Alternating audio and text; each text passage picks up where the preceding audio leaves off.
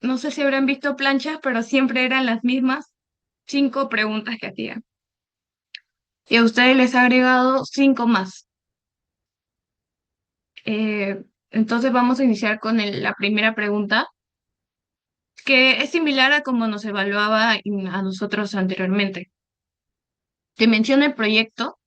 En este caso, ha disminuido la altura sobre el nivel del mar. Normalmente a nosotros nos hacía de más de 3000 con la idea de que reconozcamos eso y nos demos cuenta que va a ser en un terreno de heladas y por eso se va a evaluar de una manera distinta, que es probable que podría agregarlo en tu parcial, que lo cambie.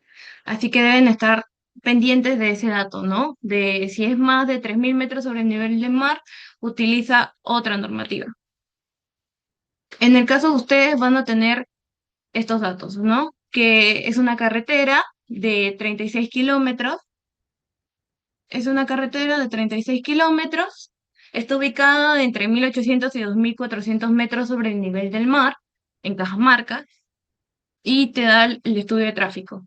El IMDA, puesta en servicio, que se refiere actualmente, ahora, es de 850 vehículos al día. Esa es una carretera muy básica, requiere características muy básicas. Sin embargo, te da un IMDA proyectado, que es al tiempo de diseño, que son 20 años. En 20 años, tu carretera debe servirte 20 años. Entonces, el IMDA te va a proyectar cuántos vehículos al día debes soportar la carga, qué tanta carga debe soportar tu carretera. Y en este caso es de 4500 vehículos al día. La puesta en servicio actual te dice que tiene una calzada de 2 carriles. Y bueno, el periodo de diseño es de 20 años. Su primera pregunta es determinar y justificar qué tipo de carretera es. De acuerdo al IMDA, su IMDA es 4500 y vamos a usar los datos que hemos obtenido del capítulo 1, clasificación de las carreteras, del Manual de Carreteras de Diseño Geométrico 2018. Por cierto, si tienen alguna duda, me preguntan. Normal. Como podemos ver, nuestra carretera se va a clasificar en esta de acá, la autopista de segunda clase, que va de 4001 a 6000. Y como pueden ver, ya hay un error porque en su problema le han puesto que es una calzada de 2 carriles. Evidentemente era así, su diseño es así porque antes era una carretera de segunda clase para simplemente 800 vehículos al día, que es una carretera de segunda clase. Pero ahora deben construir una nueva carretera, una autopista de segunda clase, que va a tener calzadas divididas por un separador de 1 a 6 metros y debe tener 2 o más carriles por calzada, pavimentada y con un ancho mínimo de carril de 3,6 metros. Y tal cual, su justificación es que ahora van a cambiar el diseño, se justifican en el IMDA que les han dado. Esta pregunta se responde muy sencilla. Básicamente es ir a la normativa y guiarse de la tabla que tienen en el manual. Luego está la pregunta de el número mínimo de calicatas y la profundidad mínima de exploración. La profundidad mínima de exploración lo van a ver siempre, así que es un dato súper importante que siempre deben recordarse. La profundidad mínima de exploración debe ser de 1,50. Y eso se justifica con el modelo de Businek, que lo vamos a ver en una pregunta más adelante. Y el número mínimo de calicatas para esta autopista de segunda clase también van a ir a una tabla que se encuentra en el manual de carreteras, pero en el de la sección de suelo, geología, geotecnia y pavimentos. Y tal cual. En la segunda ven que para este tipo de autopista necesitan. En el ejemplo no nos dice cuántos calzadas vamos a tener ahora en nuestro nuevo diseño, así que en este caso vamos a suponer el mínimo, que sería 2 carriles. Entonces tendríamos que va a ser 4 calicatas por kilómetro y por sentido. Si van a poner este nuevo diseño, escríbanlo porque Herbert es muy pesado con eso. Igual les va a decir que todos han jalado, la verdad, para que hagan solucionar después. Pero identifíquenlo, pongan que su nuevo diseño va a ser una calzada de 2 carriles y que por eso ustedes están teniendo un número mínimo de calicatas de 4 calicatas por kilómetro y por sentido. Entonces luego les quedaría solamente multiplicar, ¿cierto? 36 kilómetros, que es la longitud de su carretera, por 4 calicatas por 2 sentidos. Entonces un número mínimo de calicatas es 288 calicatas. Luego, en la siguiente pregunta es, determina el número mínimo de ensayos CBR. El ensayo CBR también es muy importante. Lo van a ver cuando ustedes diseñen, que para diseñar se usa este curso justamente que es mecánica de suelos, pero también al momento de construir. ¿Por qué? Porque ustedes van a trabajar con equipos y los equipos se malogran. En este caso, CBR lo que calcula es la compactación. Entonces, verifica la, verifica la capacidad de soporte del suelo. Entonces, ustedes hacen un ensayo CBR para ver la calidad de su suelo y ver cuánto lo tienen que compactar, o si ya está muy bien compactado. Entonces, sus rodillos van a fallar, muchas veces van a fallar, van a estar la cosita esa que parece un papel higiénico, rola, a veces se malogra y no compacta adecuadamente. Entonces ustedes como residente, como supervisor, como asistente, lo que sea que estén en ese momento, van a solicitar un ensayo para verificar si de verdad están llegando al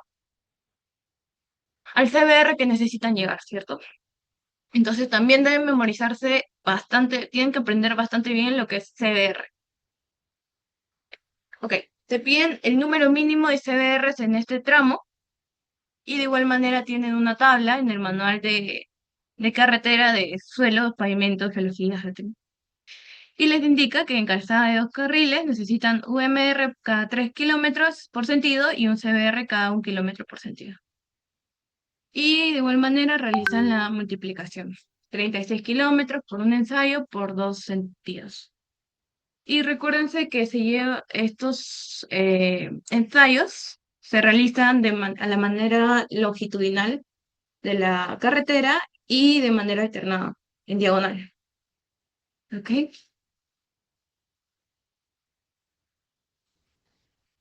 Para la siguiente pregunta, la pregunta 2, les están indicando un suelo inadecuado. ¿Qué es un suelo inadecuado? Un suelo inadecuado es un suelo que tiene menos de 6%, menos de 3%. Significa que, digamos, que para tu obra, tu suelo debe aguantarte 2.000 kilogramos, perdón, por centímetro cúbico. Tu suelo simplemente está aguantando un 3%, menos de un 3%. ¿Cuánto es un 3% de 2.000? Pero voy a multiplicar.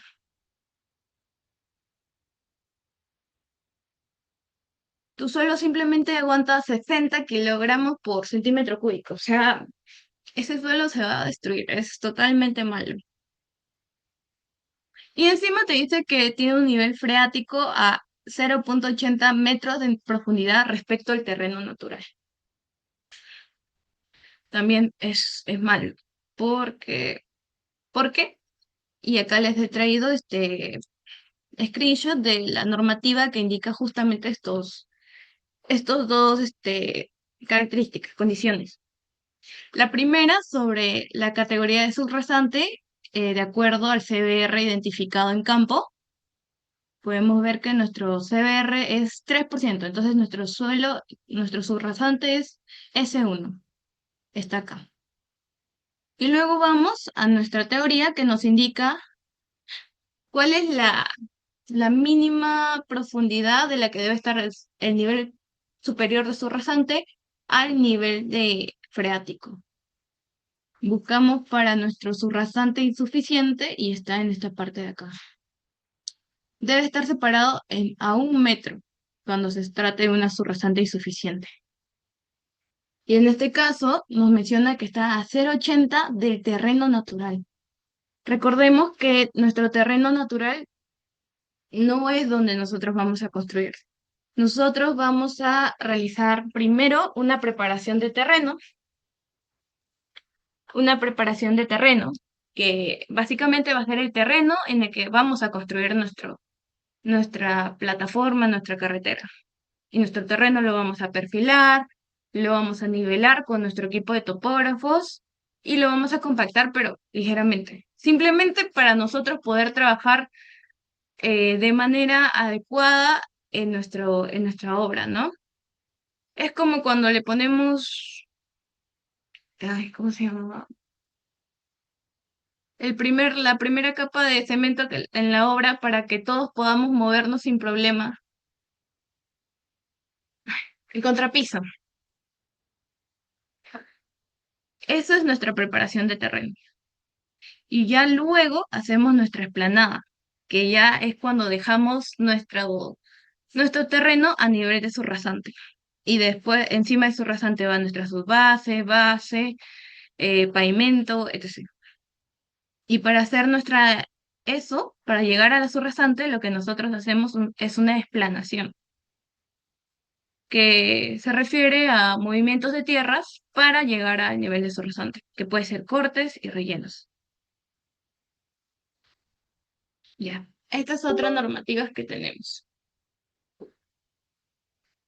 Tenemos que los suelos por debajo del nivel superior de su rasante, entre los primeros 60 metros, 60 centímetros, 0,60 metros, deben ser suelos adecuados y estables, con un CBR mayor al 6%, mayor o igual al 6%.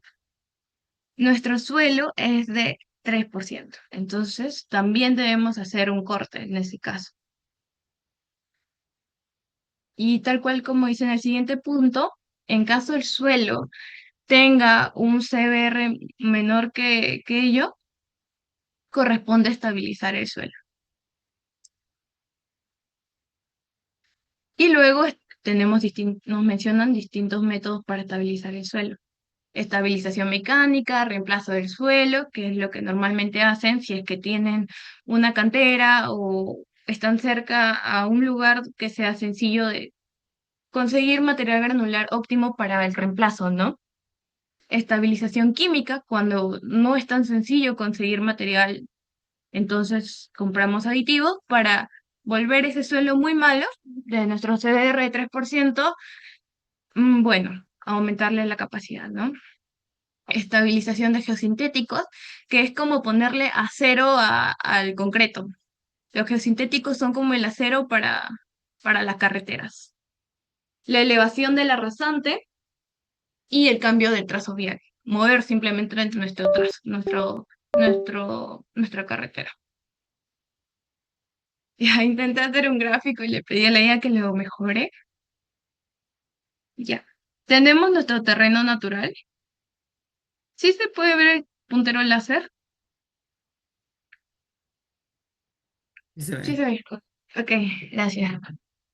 Tenemos nuestro terreno natural, pero nuestro terreno natural no va a ser eh, no va a ser el mismo que nuestro nivel subrasante. Nosotros vamos a realizar cortes. Entonces probablemente nuestro subrasante esté un poco más abajo o encima de nuestro terreno natural, porque recuerden que podemos hacer cortes o rellenos. Ya, nuestro terreno natural, nuestro subrasante un poquito más abajo. Luego tenemos que a 0,8 metros debajo del terreno natural tenemos el nivel freático. Ahora, ¿qué pasa? Este, Vamos a suponer que ya hicimos los cortes y rellenos del terreno natural y nos quedamos simplemente al nivel de la subrasante. Es muy probable que esta subrasante esté a mucho menos de 0,80 metros del nivel freático. Entonces nosotros debemos sí o sí elevar nuestro nivel de subrasante, con el objetivo de que el nivel de freático y nuestro nivel de subrasante sea la separación de 1 metro.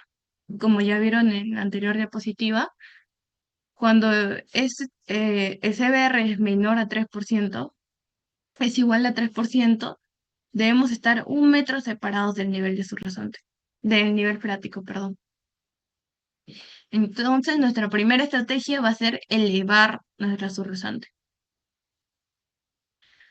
Una vez que nosotros elevemos, tenemos otra normativa que nos indica que en los 0,6 metros de la superior de la subrasante a la profundidad, todo ese material debe tener un CBR mayor o igual al 6%. Nuestro material tampoco resulta adecuado para ello.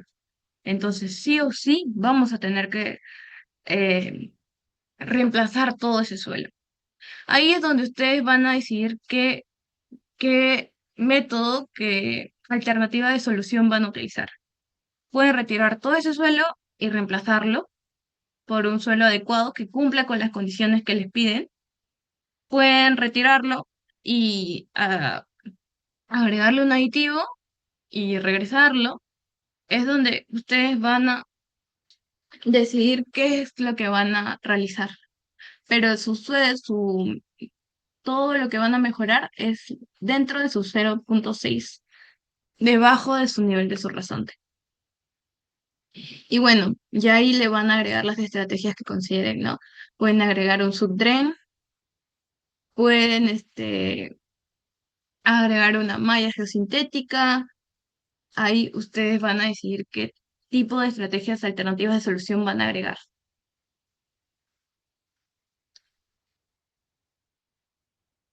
Ok.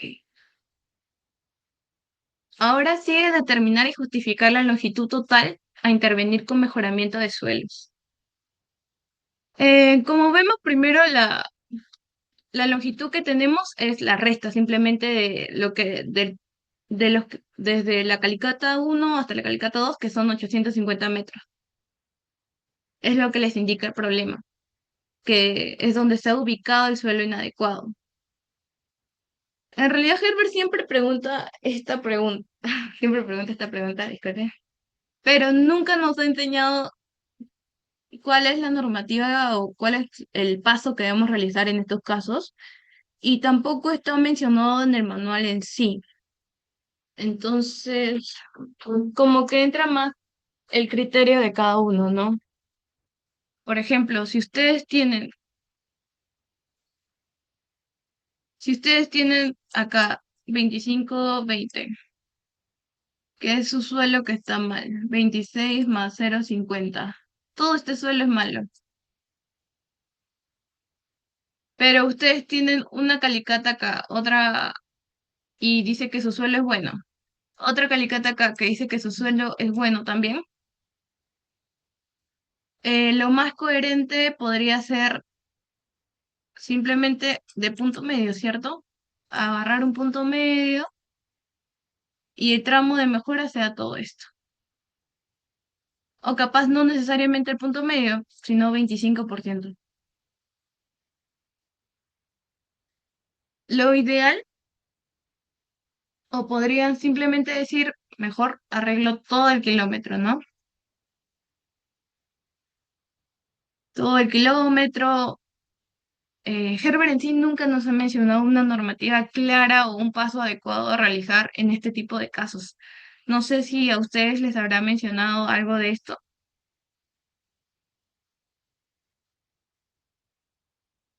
Que yo recuerdo, ¿no?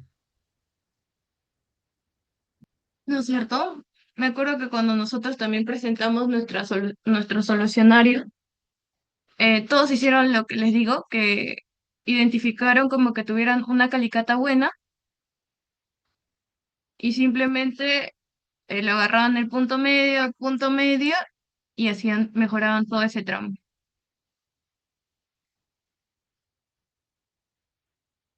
Bueno, esa sería la opción que les podría recomendar.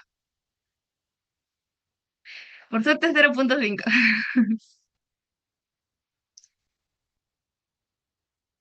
Como siguiente pregunta, les piden especificar el material de mejoramiento a utilizar. Ya, bueno, sobre este material, justamente hay una parte de la normativa que les indica. Debe ser un material de CBR mayor a 10% y con un índice de plasticidad menor a 10% o similar. Estos son los dos puntos que se indica en el punto donde hablan sobre la sustitución de material de suelo, que son estos dos, y siempre se usa el 95%. Y bueno, normalmente te piden que sea de un material granular, ya que el material granular es un mejor material para este tipo de casos, ¿no? Acá te piden más datos, eh, pero no lo mencionan en este punto de estabilidad, de sustitución de suelos exactamente. Esto sí lo menciona, al momento de compactar hay un diámetro máximo, porque si tú compactas una roca gigante, siempre se va de golpe, y si se mueve esa, se mueve todo, pues, ¿no? Y me parece que es 7,5 centímetros o 3 pulgadas, y ya bueno, este es. Luego tenemos la pregunta número 3, donde les menciona que tienen una calicata 17 y se han identificado estos estratos en la calicata. Tras el movimiento de tierras, el nivel de su rasante quedará por debajo del terreno natural. El terreno natural es tal cual encima de estos tres estratos. Su rasante va a estar 30 centímetros debajo. O sea, todo este estrato se va a volar. Y asumen que los últimos 0,3 de su rasante se conformarán. Ok. Aquí le pedí a la IA. Ok. Este es su terreno natural. Como les dije, su terreno natural no va a ser donde van a construir, sino que van a tener que preparar el terreno y luego esplanar el terreno para llegar a su nivel de su rasante, que va a estar acá, en su 0,30. Todo este estrato se vuela. Y aparte es malo, no es material orgánico. Topsoil es material orgánico. Es un término que usan bastante en minería. No sé si lo habrán visto antes. Y después, también un criterio muy importante es que del nivel de su rasante a 0,6 metros debe tener debe ser un CBR mayor a 6%. Entonces, en este caso les dan este material, pero no les indican su nivel de CBR. No les indican su nivel de CBR. Esto es importante porque no vamos a saber si este material va a ser adecuado para nuestro rasante o no. Y ya, y luego pasando los 60 centímetros, ya en sí ya no nos importa porque no, no es tan estricto respecto a este material. Excepto que acá encuentren nivel freático, ¿cierto? Porque si encuentran nivel freático, ahí sí necesitan una mayor distancia respecto al nivel de su rasante. Pero si no encuentran nada, incluso miren, es grava, es un material bueno. Entonces, esto no les va a importar mucho. Lo único que sí les va a importar hacerle ensayos es al estrato 2, porque es donde es el material que va a componer su subrasante. Y acá tenemos algunas normativas respecto a esto, que la más importante es esta. En la etapa constructiva, los últimos 0,30 metros del suelo debajo del nivel superior de su rasante, o sea, esta parte de verde, debe estar compactadas al 95% de la máxima densidad seca. Es un dato importante. Y como les dije en la anterior, el estrato del cual tienen que hacer su ensayo CBR va a ser el estrato número 2. porque es el material que va a componer todo su subrasante.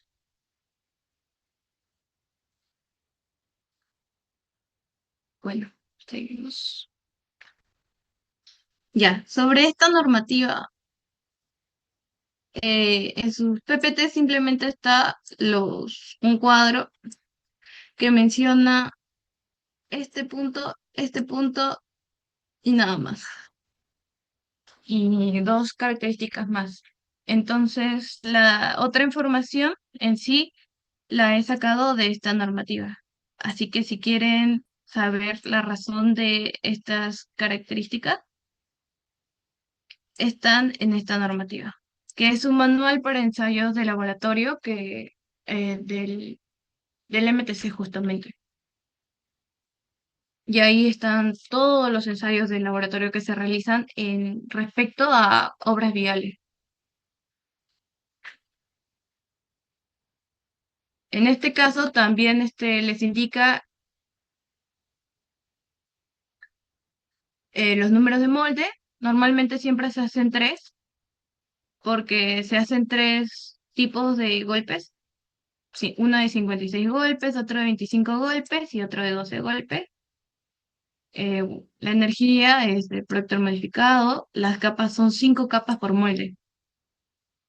Ustedes ponen primero su primera capa y digamos que están en el ensayo de 12. Lo golpean 12 veces con esa cosita que es como un tubito. 12 veces y luego le ponen la siguiente capa. 12 veces, siguiente capa. 12 veces, siguiente capa. 12 veces, siguiente capa. Y ahí ya termina de compactar. Y eso tienen que realizar para cada uno. Luego tienen que hacer para el de 25. Una capa, 25 golpes. Otra capa, 25 golpes y así. Este ensayo sí es cansado, así que creo que ustedes van a ir al laboratorio, traten de ir al menos dos para que se puedan ir turnando. Y bueno, acá dicen los días de saturación y la resistencia, ¿no? Son datos que se encuentran en este manual, que les voy a enviar terminando también. Este problema, yo no recuerdo que nos lo haya enseñado. ¿A ustedes les ha enseñado tal cual, usando criterios de probabilidad y todo eso, y cálculo? Esa es mi duda.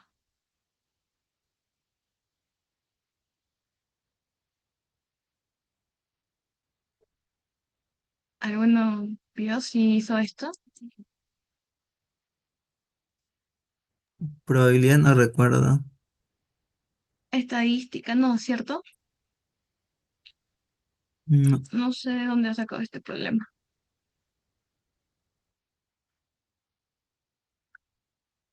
Pero lo que sí les voy a explicar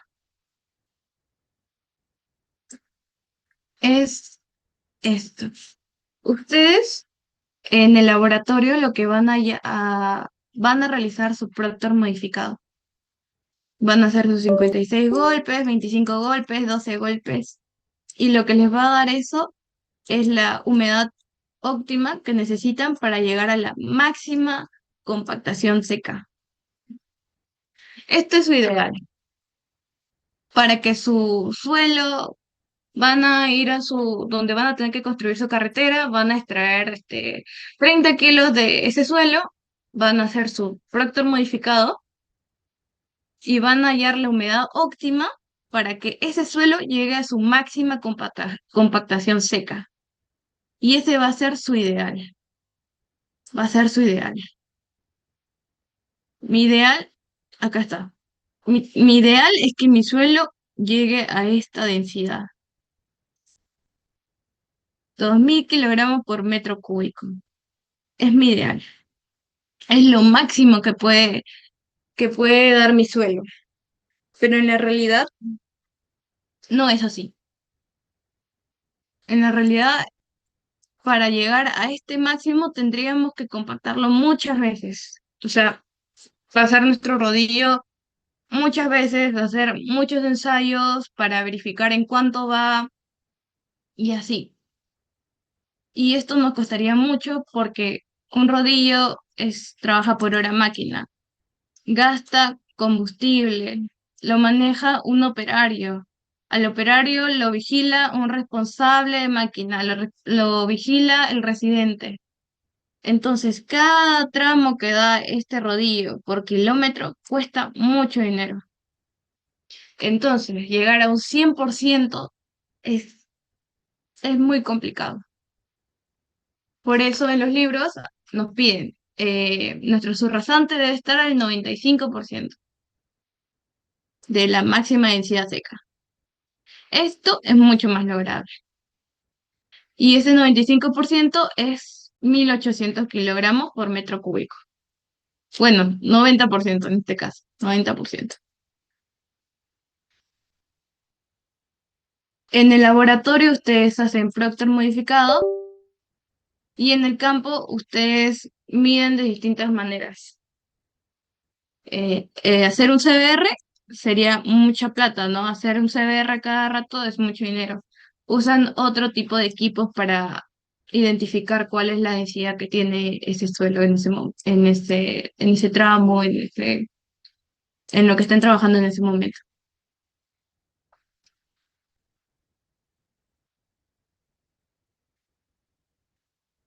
De la 4 les mentiría si les dijera que sí le he visto, no le he visto. Así que sería importante que le puedan preguntar más al ingeniero y que haga esto. Les apuesto que no lo va a hacer, pero bueno. Pero este punto sí lo vi un poco mejor, que si el CBR del diseño resultara insuficiente, que ya sabemos que es un CBR menor a 3%, para soportar el pavimento proyectado, debemos proponer tres alternativas. Las alternativas las hemos visto anteriormente, que son estabilización mecánica, reemplazo del suelo, estabilización química, estabilización con geosintéticos, elevación de la rasante o cambiar el trazo. Entonces es aquí donde ustedes también van a decidir como ingenieros, ¿no? Acá entra más su criterio. Normalmente siempre se hace esto, el reemplazo del suelo.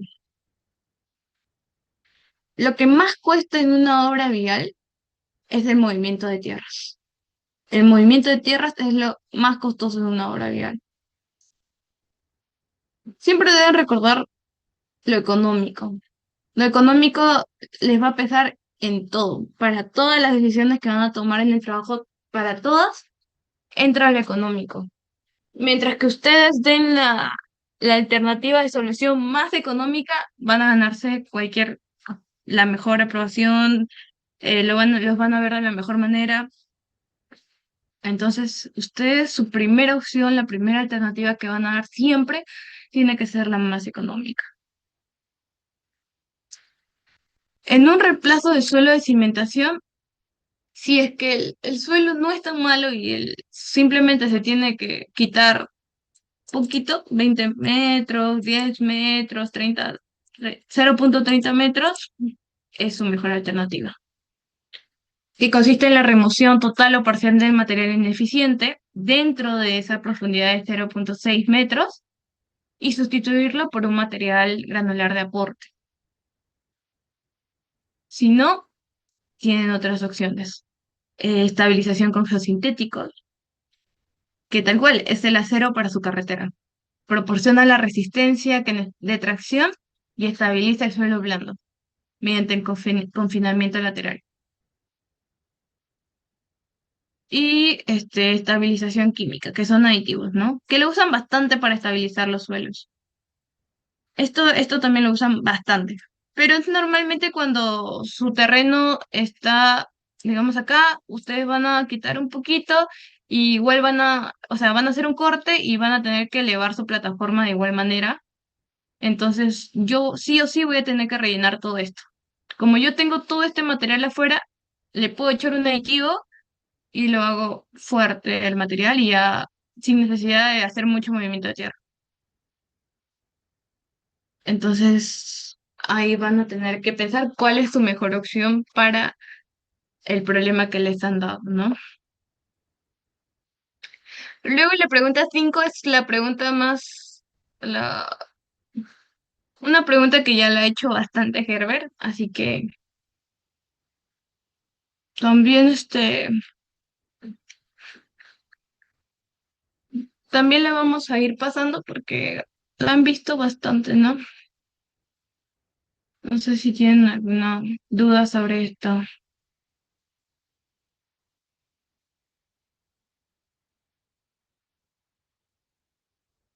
No, ¿cierto? O sea, lo han visto,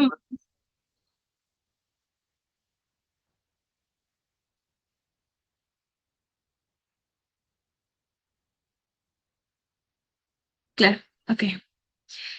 Sí, tal cual. Como les digo, acá es la desplanación, es el movimiento de tierras para transformar el relieve natural del terreno y alcanzar el nivel de su rasante. Pueden hacer cortes o terraplenes para lograr llegar a su nivel de su rasante sobre el que va a estar su pavimento, ¿no?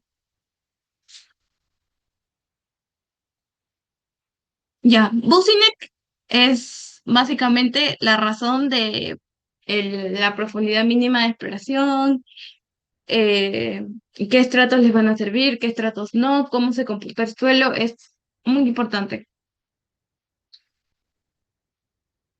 Esta es la fórmula de Businek, que este sí está en su teoría. Y acá les dicen, calcule el esfuerzo vertical a una profundidad de 80 centímetros y exprese el porcentaje. Un momento.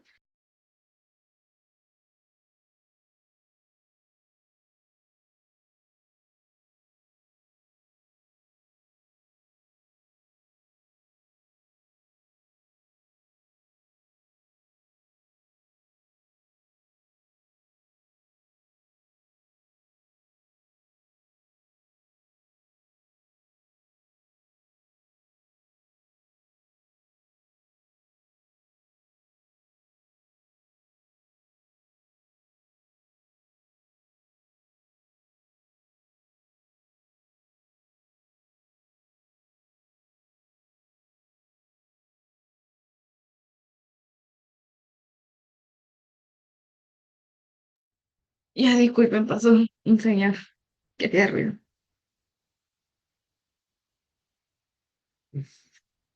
Ok, seguimos.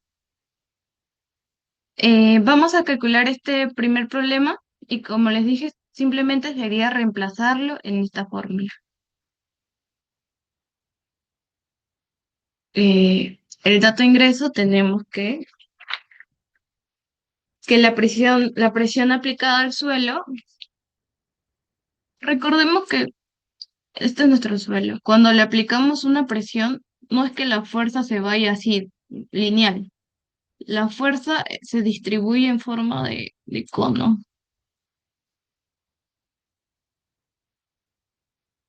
y se va disminuyendo de acuerdo a la profundidad. Es decir, que la presión que sienta este trámite de acá es mucho mayor que lo que se siente en este tramo de acá. Eso explica Businek. Ok.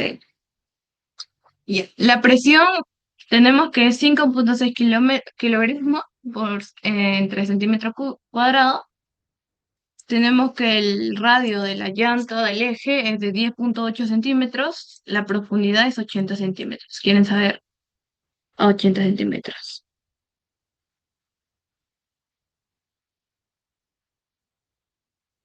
La relación de profundidad a radio simplemente sería dividirlos, tienen las mismas unidades. Su relación sería 7,407 y luego lo llevamos a la fórmula, ¿no? Reemplazamos todo y finalmente obtenemos que nuestro esfuerzo vertical es de 0,150 kilogramos por centímetro cuadrado. Entonces, el porcentaje respecto a la carga superficial sería 2,68, que es el esfuerzo, que ya lo calculamos, entre la presión que recibimos. Esto se refiere a que Es el cómo se va a distribuir la presión en el suelo, ¿no?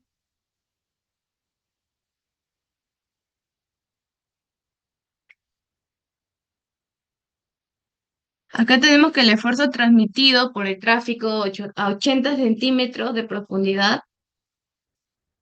es apenas 0,15 kilogramos por centímetro cuadrado, lo que significa que el 97,3% del esfuerzo ya ha sido disipado. Toda esta carga que recibió ya ya fue disipado por los primeros metros de nuestra surrasante, de nuestra plataforma, de lo que esté arriba. Y que cuando llega a esta altura de 0,80 metros, simplemente sentimos 2,68 de toda esa presión, que es casi nada, ¿no? Entonces, te preguntan si es que la surrasante cumple para soportar las cargas vehiculares. Y sí, la subrasante está cumpliendo porque está soportando las cargas vehiculares a esa profundidad, ya que ese esfuerzo residual es mucho menor al, a lo que ustedes han pedido para su subrasante, que su suelo es muy bueno, es un CDR mayor a 6%. Sí soporta esta cantidad de carga.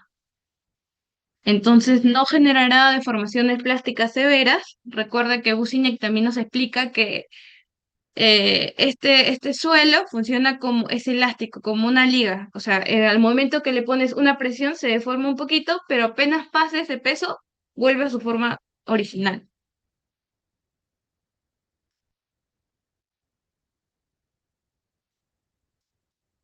Ya,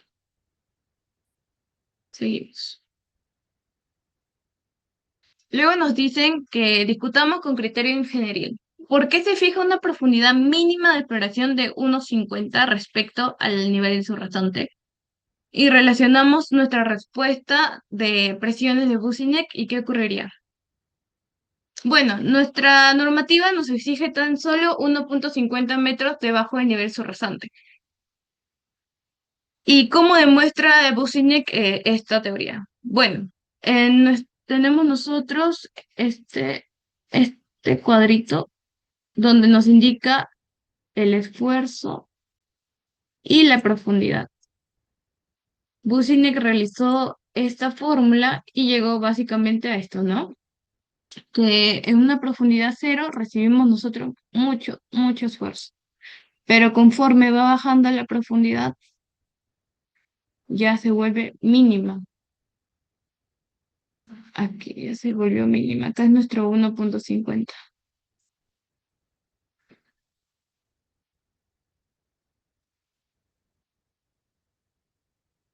Lo que nos explica que el suelo disipa la mayoría de las cargas, de las presiones recibidas por el exterior dentro de este límite de más.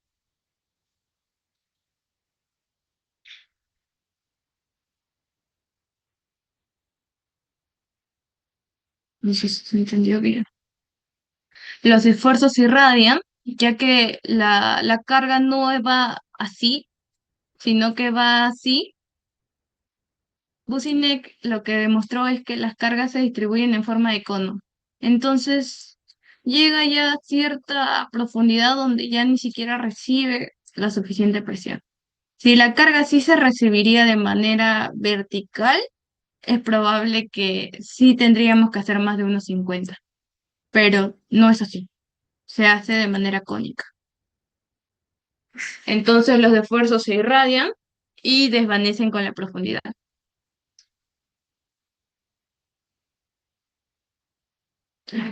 ¿Qué ocurriría si se explorara solo a 0,50 metros? Bueno, ocurrirían dos fallas, ¿no? Primero que de acuerdo a Businek, en 0,50 metros ustedes todavía no reciben bastante esfuerzo. Dibujan simplemente su Businek, no sé, dibujen así nomás, hacen como un gráfico así, y acá le ponen, cuando están en 1,50, que esta cosita esté bien pegada a esta línea, para que demuestre que ya casi su suelo ya no recibe casi nada de peso. Pero en esta altura, pues sí, ¿no? Si solamente halláramos hasta acá, probablemente eh, ignoraríamos propiedades del suelo que son importantes estudiar y además es posible que no encontremos un nivel freático, ¿no? Como encontramos anteriormente, que estaba a 0,80 metros, no lo habríamos encontrado en ese 1,50. Así que es muy importante. Recuerden que lo máximo, lo más alejado que debemos estar de un nivel freático es 1,20 en caso nuestro suelo sea menor a 3%.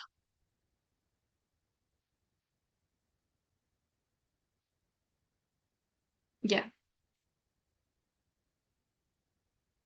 Luego tenemos el identificación de un suelo problemático en una carretera en Sechura, en Piura. Tenemos que identificar el tipo de suelo problemático y explicar el mecanismo físico-químico que lo hace problemático para esta infraestructura vial. Ya chicos, acá ustedes deben usar la tabla que les mostró Herbert. Esa tabla también varias veces ha venido en un examen, donde tienen que hallar todos los indicadores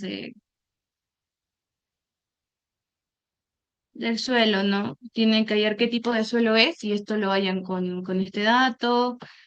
Tienen que hallar el índice de compresibilidad, el índice de plasticidad y procesos. Así que esto también lo tienen que hacer con un Excel, que sí se los voy a pasar, pero aquí lo quise hacer de manera rápida, por el tiempo más que nada. Acá primero pueden ver, este es un dato importante. Tenemos 1,3 gramos por cada centímetro cúbico. Esto nos indica que la densidad de nuestro suelo es muy pobre, muy pobre. Además que nuestra humedad natural es 4%.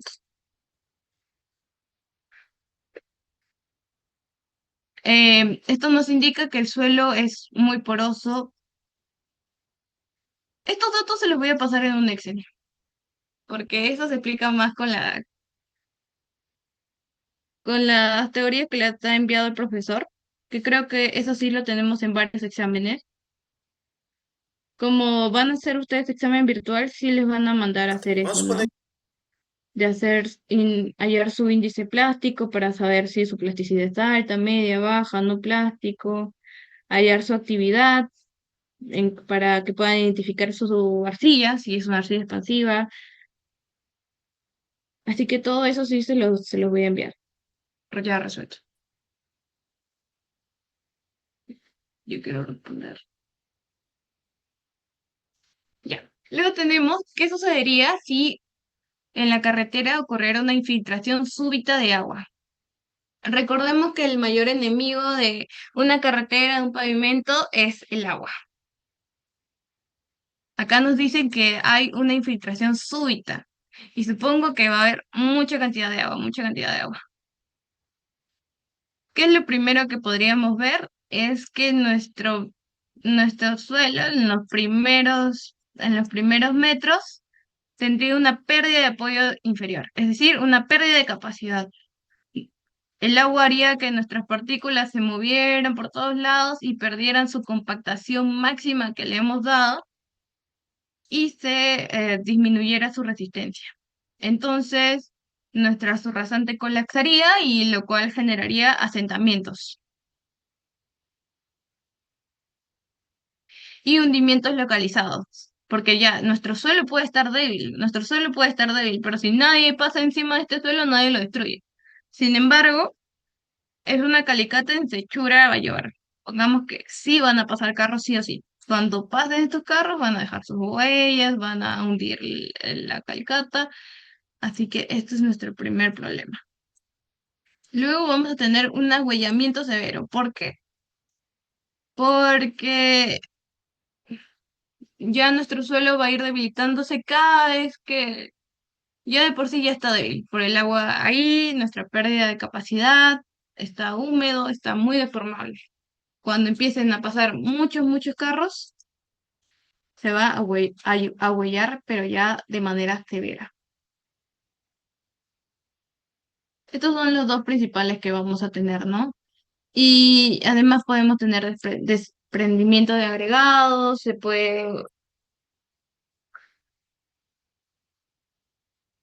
pueden salir baches, piel de cocodrilo, etc. El agua genera todo, literalmente. Pero mientras que ustedes expliquen por qué el agua es el peor enemigo de este pavimento, estarán bien, ¿no? El agua lo que va a hacer es que las partículas se muevan, las partículas de suelo se muevan, se desacomoden, pierdan su densidad eh, otorgada al momento de compactarlas y va a disminuir su resistencia, van a haber vacíos, etc., etc. Y al momento de esta pista ser usada, van a recibir una presión que nuestro suelo ya no va a ser capaz de resistir y se va a huellar, se va a sentar, se va a hundir, van a salir baches.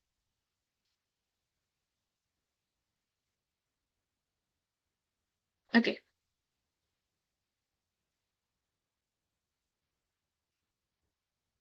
ya, este no es acá. En una carretera vecinal afirmada, ya, tenemos que es una carretera afirmada y vecinal. Vecinal nos puede indicar que no van a pasar más de 400 vehículos al día, ¿ya?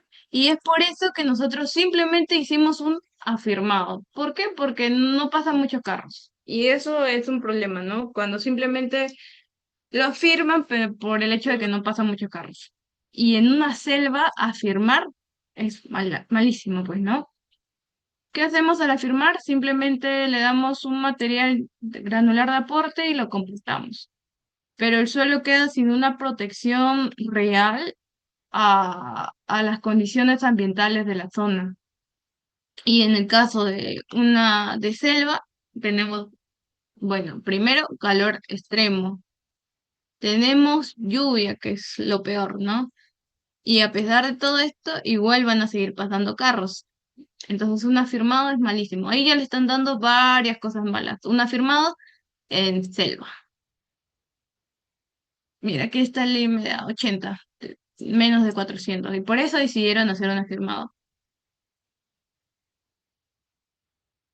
En febrero, temporadas de lluvias. Ok. Los problemas son que no hay bombeo. 0%. El agua cae y se queda en posada. No hay modo de que se mueva hacia los lados. No hay bombeo. Luego que tienen conetas obstruidas por vegetación y sedimentos. Aparte de que el agua no va a poder moverse hacia los lados eh, como debería ser correctamente, las cunetas, donde caiga, aunque sea un poquito de agua que está en los bordes, no van a poder fluir ya que está obstruido por vegetación, sedimentos. Además, tenemos baches de más de 10 centímetros con presencia de agua estancada. Obviamente, al ser a una carretera firmada y que ya estaba en uso en una selva, sí o sí tiene baches, sí o sí tiene baches. El suelo ya ha perdido resistencia de mucho, han pasado carros y se han ido formando baches. Tenemos agüellamientos y tenemos una ausencia total de obras de drenaje transversal, de drenaje que va por debajo, perdón, que van así, de lado, que suelen ser los badenes, ¿no? Entonces, todo mal ahí. Nos preguntan, en su rol de especialista de suelos del proyecto de mejoramiento, jerarquice las fallas en orden de prioridad de intervención y justifique técnicamente el orden propuesto desde el enfoque de la mecánica de suelos. Interacción agua-suelo, capacidad portante, factores que inciden en pavimentos. Ya, nuestro punto fundamental siempre como especialista de suelo es garantizar la capacidad portante, es decir, que nuestro suelo sea resistente.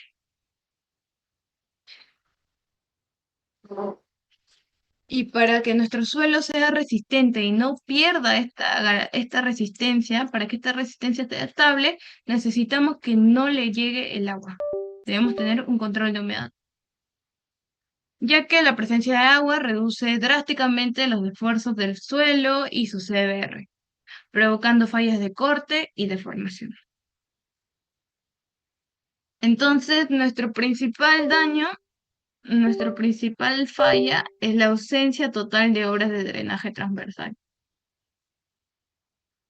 Las obras de drenaje transversal, como alcantarillas, badenes, etc., son esenciales para cruzar cauces naturales. Es decir, a lo largo de una carretera en la selva, muchas veces, no sé si han viajado a la selva, creo que sí, hay como una cascadita acá al costado, ¿no?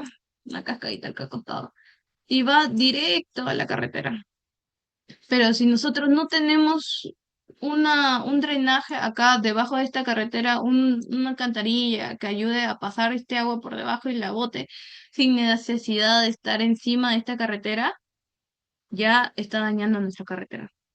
O si hay un badén que es como una pequeña, como un pequeño hundimiento de nuestra carretera para que este agua pueda fluir sin que el agua choque a los otros lados, ya de por sí nuestra carretera va a ser afectada. Y en la selva hay muchas de estas cascaditas. Sí o sí necesitamos una alcantarilla, en estos casos, un badén, pero en este caso no hay para nada. No hay este drenaje en una quebrada. Acá, esta parte de acá de la carretera va a estar totalmente dañada. Si esta carretera fue hace un año, esto ya debe ser todo un hueco acá. Luego tenemos, evidentemente, las cunetas obstruidas, ¿no? Esta, bueno, de cunetas creo que sí se han hablado más, que son como unos triangulitos que van al costado de las carreteras para que el agua que caiga en esta zona se pueda mover por el bombeo hacia los lados y acá el agua pueda fluir e irse, ¿no? Fluye y se va. Pero como dicen acá, está obstruido, todo mal. Entonces nuestro agua queda encima de nuestra carretera. Luego tenemos el bombeo. Yo lo, yo lo puse después justamente porque si no hay cunetas, a pesar de un bombeo, el agua va a quedar estancada acá a los costados y de igual manera va a dañar nuestra carretera. Por eso lo puse después. Y ya luego estos de acá, los puse al final, ya que son problemas que nacen al nuestra carretera no tener un buen sistema de drenaje.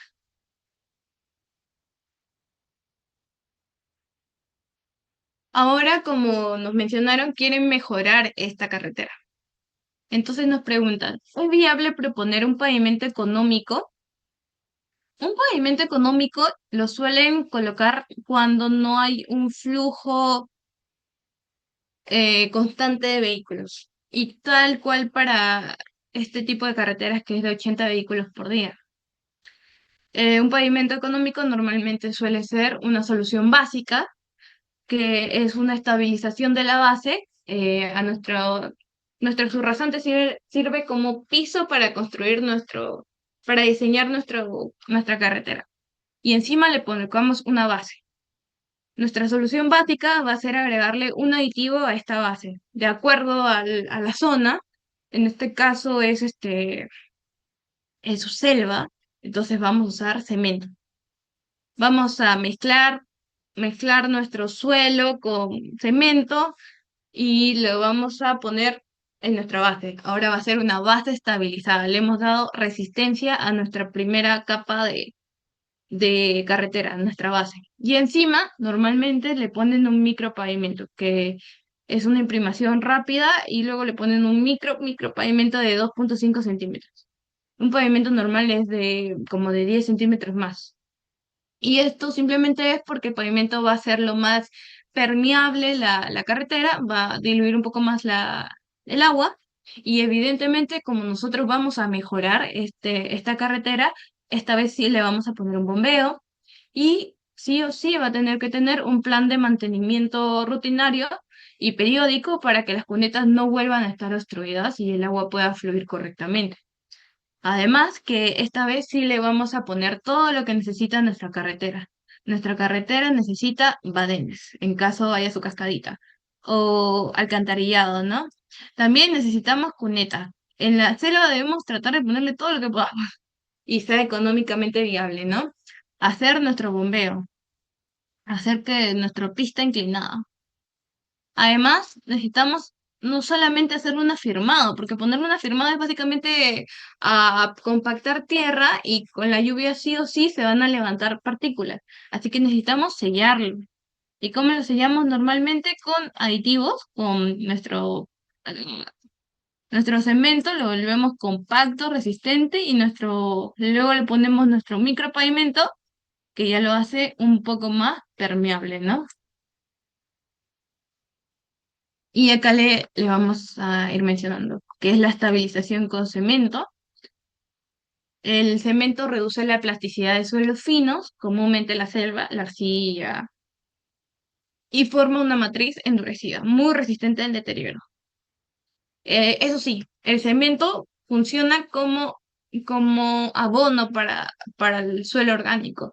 Así que es muy importante también que tienen que hacer sus cortes y alejar bien, bien, bien el material orgánico de su carretera. Es muy importante. Luego también pueden hacer una estabilización con emulsión asfáltica o aditivos químicos impermeabilizantes. Tienen que poner todas las soluciones que eviten que el agua llegue a su carretera, a su suelo, que ya han compactado muy bien, tiene buen CBR, es muy resistente, está todo bien. Simplemente deben cuidar que no se desprenda el material y que no pierda su calidad y hacerle mantenimiento. Ya, finalmente tenemos la pregunta 10, que son recomendaciones técnicas para el informe de mecánica de suelos. Este informe de mecánica de suelos lo mencionan cuando ustedes van a realizar el subrasante y encuentran un suelo malo.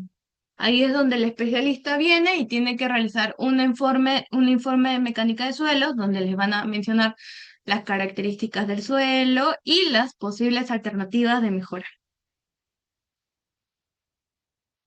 Esto de acá no lo vamos a responder porque ya lo hemos visto en las primeras preguntas, que son las tablas que están en los manuales, y vamos a ir directamente a las estrategias de drenaje superficial y subterráneo. Bueno, primero tenemos el bombeo. Ya hemos hablado bastante de estas estrategias en la pregunta anterior, que es el bombeo, que es la inclinación de la superficie del pavimento para que el agua pueda moverse hacia los costados.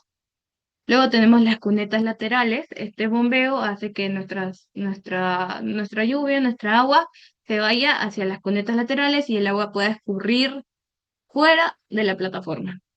Luego tenemos nuestras alcantarillas, que suelen ser tal cual transversales.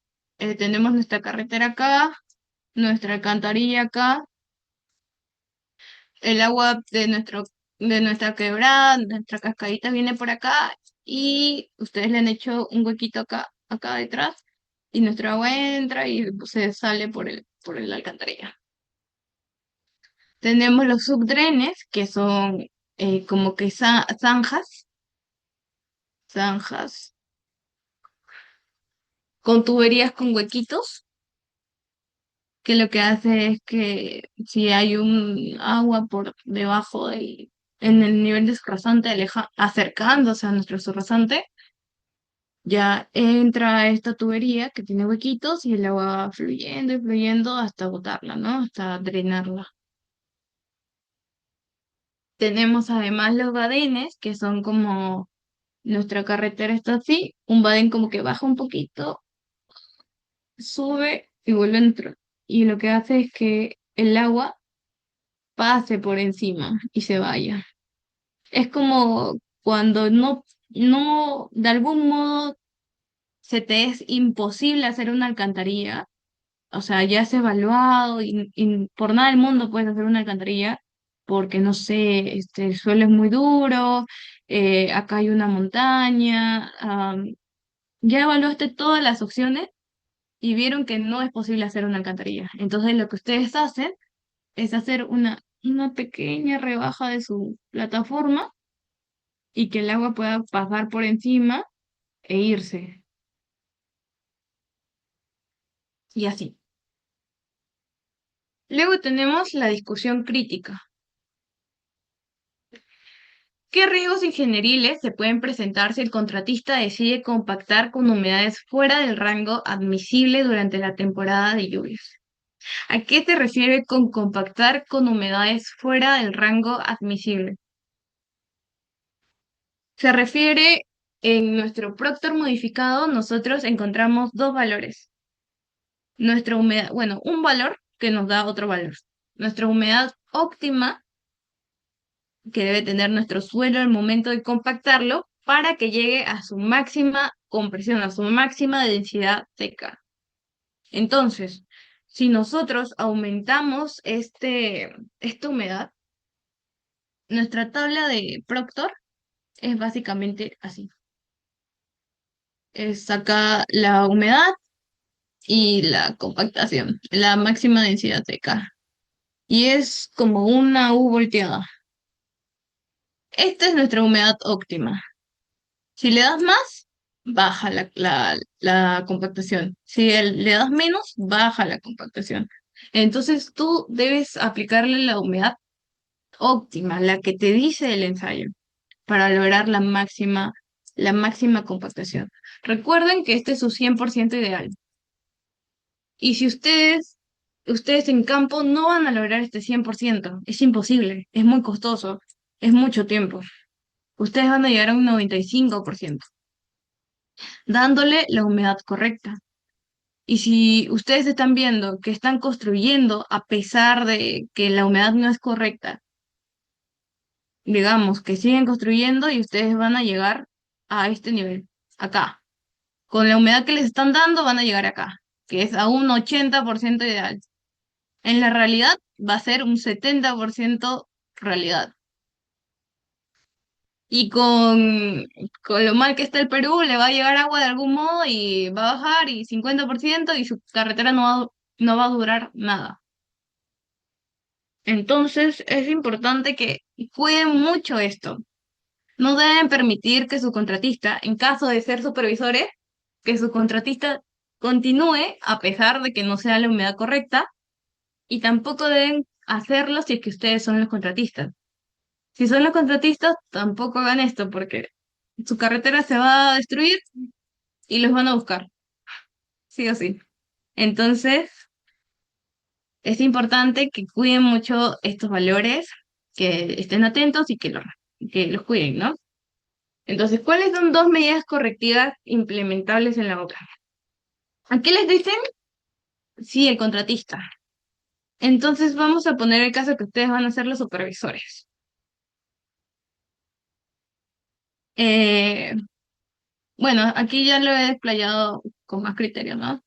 Que el suelo se va a transformar en una masa pegajosa, inestable, no van a lograr la densidad que necesitan llegar, como va a estar húmedo, una vez que seque van a quedar huecos, huecos, o sea, va a ser un suelo muy malo.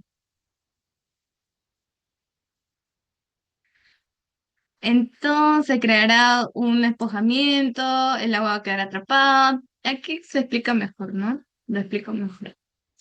Entonces, dos medidas correctivas es simplemente no van a poder seguir. Lo que van a hacer es agarrar sus motos. Las motos niveladoras son como esas maquinarias que tienen como garritas, como una barra transversal con unas uñas y tal cual. Van a pasar sus motos, van a hacer como arañazos en el suelo, van a remover, extender su material y simplemente dejarlo ahí, que se airee, que pase la lluvia, que se seque bien y que una vez pasado toda esta lluvia, ven que su suelo ya está seco o está a la humedad correcta para poder continuar y continúan construyendo, realizando su carretera. Y bueno, si es que quieren continuar sí o sí, ya ustedes pueden evaluar, ¿no? Pueden poner, he visto que ahora ponen como unas, ¿cómo se llaman eso que usan en las playas, pero que son más grandes? Como tapasol, tapa lluvia, y van construyendo, pero Esto es, esto es una de las dificultades de trabajar en proyectos de viales, las condiciones climáticas. Así que acá van a tener que ser muy, muy creativos, ¿no? Van a tener que tener el trabajo, van a tener que hacer su evento compensable, van a tener que tener como que siempre programadas actividades en caso llueva para que no se queden en stand-by, se queden parados y puedan continuar.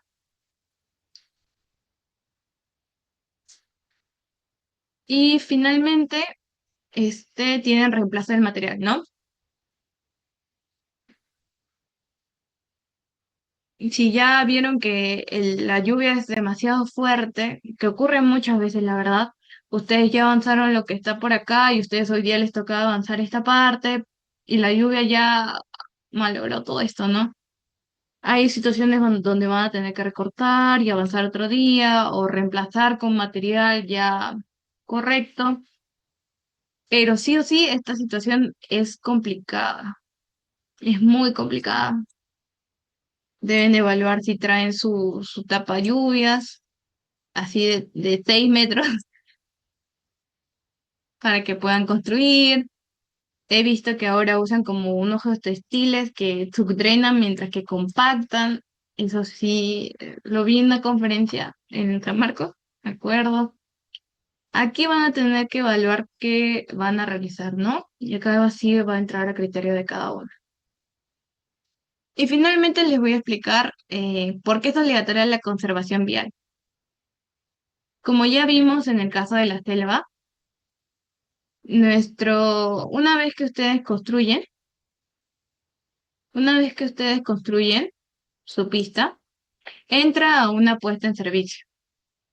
Pero conforme pasan los años, el nivel de servicio se refiere a tal cual, el servicio que brinda esta carretera a la población que está en la zona. Por ejemplo, una posta médica tiene un nivel de servicio muy bajo porque solamente atiende fiebres, gripes, etc., ¿no? Pero capaz que atienda solamente esos casos sea suficiente. Y tal, lo mismo en carreteras. Nuestra carretera simplemente atiende para 80 vehículos diarios. Pero a mí me basta con que atienda 80 vehículos diarios. No necesito más. Lo que necesito entonces es conservar ese nivel de servicio. Yo como ingeniero voy a una pista de la selva que hace años que nadie va, sí o sí, mi nivel de servicio va a estar deteriorado. De 80 vehículos ahora solamente pueden pasar 4 y así despacito porque hay un montón de baches, problemas, etc. Entonces lo que yo voy a hacer es una recuperación de mi nivel de servicio. Voy a volver a hacer que esa carretera pueda albergar 80 vehículos al día. Evalúo el nuevo tráfico y clima en ese momento, observo el deterioro de la vía. eh, bueno, no, recupero mi nivel de servicio. Luego el tráfico y clima lo van deteriorando. Ya veo que hay un deterioro en la vía, entonces yo tengo que venir y volver a intervenir, hacer una conservación periódica, rutinaria, que suelen ser limpieza de cunetas, limpieza de la plataforma, quitarle polvo, problemas, y así, etc, etc, etc. Y bueno, hay un manual de mantenimiento y conservación vial que es muy nutritivo, o sea, se complementa bastante con lo que es la mecánica de obras viales, ya que normalmente las obras de mejoramiento vial se necesita reemplazar el suelo, ¿no? Y evaluar alternativas para mejorar un suelo malo. Entonces, sí o sí se usa estudios de mecánica de suelos. Y para una conservación vial, bueno, eso ya es solamente la normativa, pero sí es muy importante, ¿no? Que bueno, es para mantener los niveles de servicio, prevenir la incomodidad, evitar los baches, evitar riesgos, accidentes y proteger nuestras obras viales. Los tipos de conservación, la rutinaria, limpiezas de cunetas, bacheo menor, y las periódicas que son mayores, ¿no? Que es cuando ya se ha perdido un pedazo de pista total o nuestra capacidad, hacemos un ensayo y vemos que nuestra capacidad está muy baja, sí o sí tenemos que hacer una conservación mayor, ¿no? Vamos a tener que cortar material y reemplazar. Bueno, eso ha sido todo, chicos. No sé si tengan alguna duda.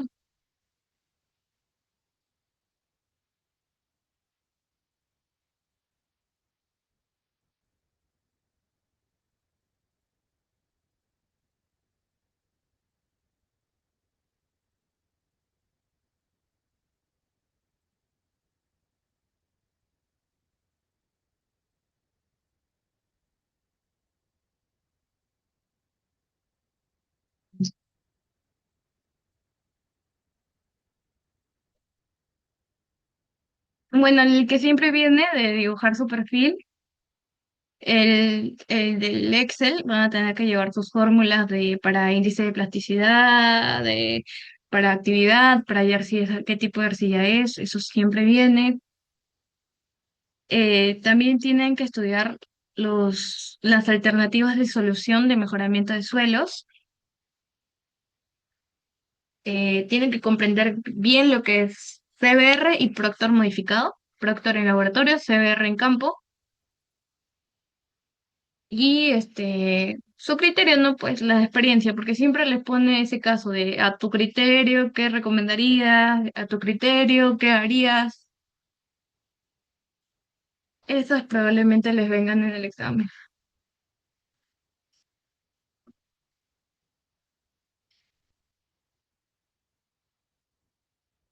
Sí, pues chicos.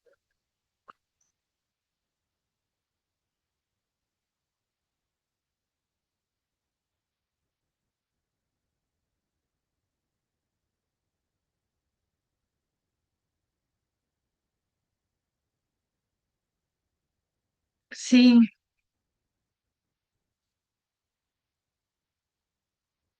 ok.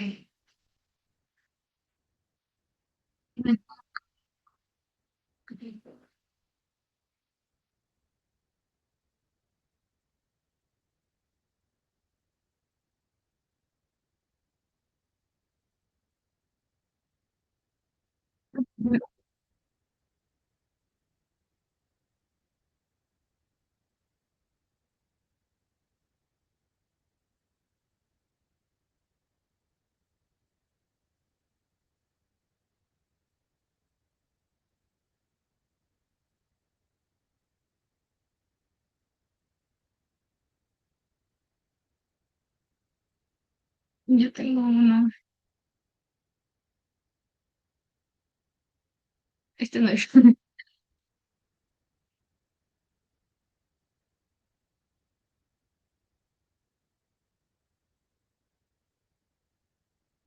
¿Dónde lo vas a pasar, Miguel?